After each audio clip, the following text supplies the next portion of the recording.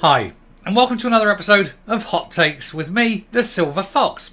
I do so enjoy doing Patrick Harvie videos because he just gives so much for the cause.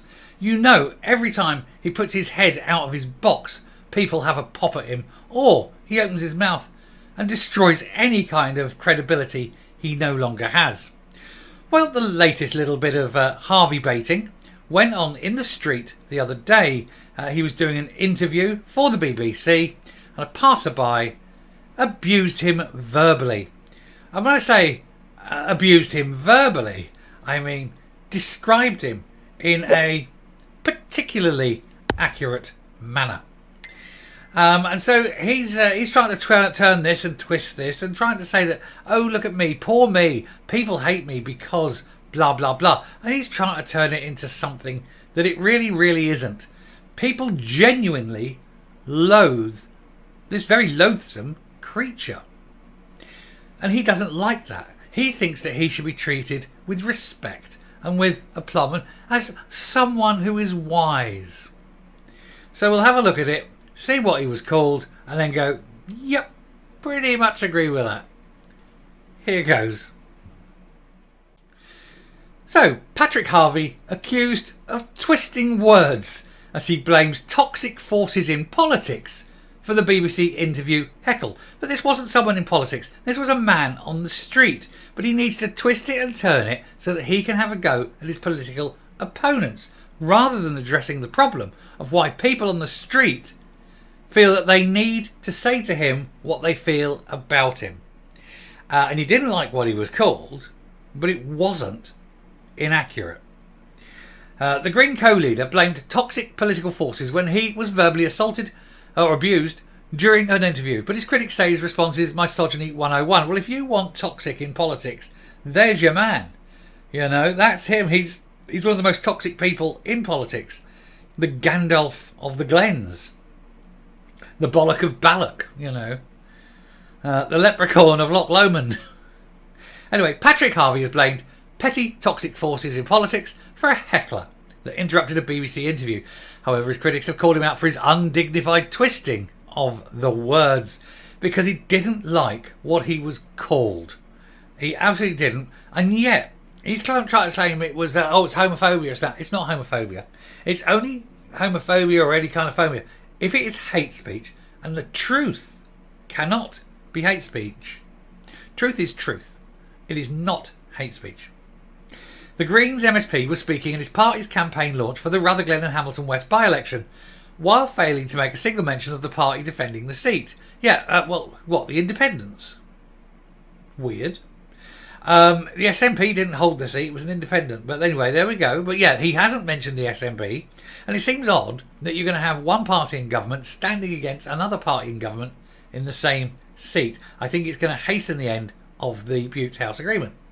Anyway, he was interrupted by someone branding him a deviant and calling for voters to vote any colour but green. I would say, or yellow. Standing there calling Patrick Harvie a deviant is not hate speech. It is accurate.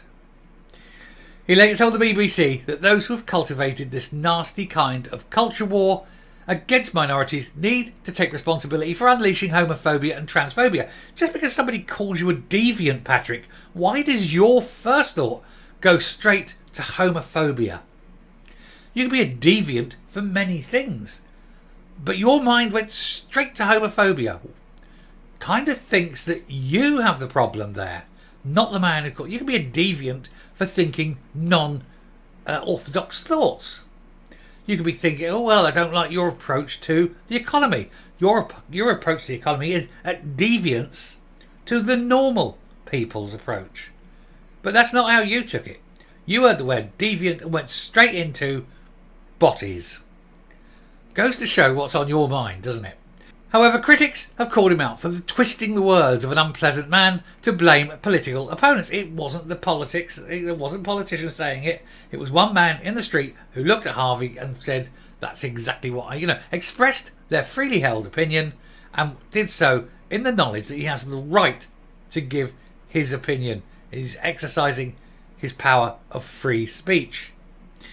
For Women Scotland, who've come up against the Scottish Greens on the issue of trans rights, women's safe spaces and lesbian rights, have said, this is misogyny 101. For Women Scotland, condemned anyone shouting abuse at people in the street, he said, but we do not, however, feel Harvie was dignified. He chose to twist the words of an unpleasant man and blame political opponents. There's no doubt that Harvie meant women who opposed GRR, including lesbian and feminist campaigners, for abusive men. That's exactly what he meant, because he hates women. He is a misogynist. You know, he hates women. He hates the idea of women, which is why he's pushing for so many men to be able to be women, so that women can effectively be cancelled. He is an obnoxious little turd, and that is my right to free speech. I consider him an obnoxious free little turd, and I've got the right to say so. He's got the right to say, I'm a turd, and that's absolutely fine. But I think if I put it to the general public, I'd win. Anyway, he said, they said, this is misogyny 101. Women are not responsible for men's actions, and we will not be browbeaten into letting other men, supported by Harvie, take out rights and infringe our boundaries.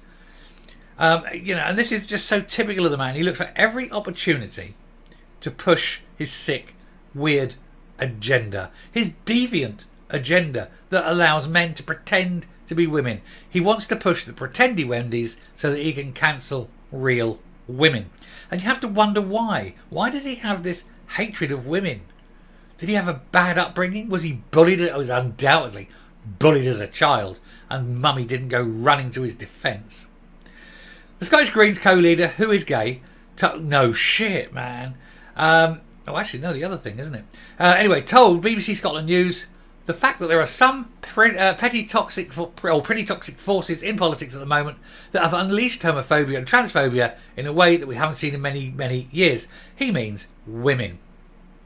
But nobody is being homophobic. He couldn't give one example of homophobia. Not one. And it isn't transphobia to want to protect the safety of women. That's not transphobia either. I tell you where the real homophobia comes from, Patrick.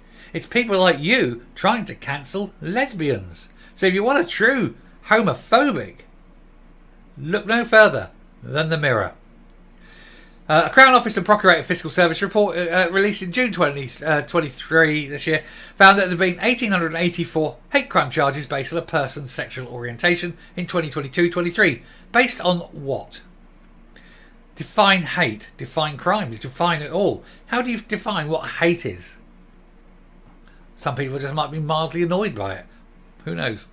They say this is an increase of 2% on the previous year. So the more they're pushing it, the worse it's getting. Perhaps that's the real problem then. These weirdos.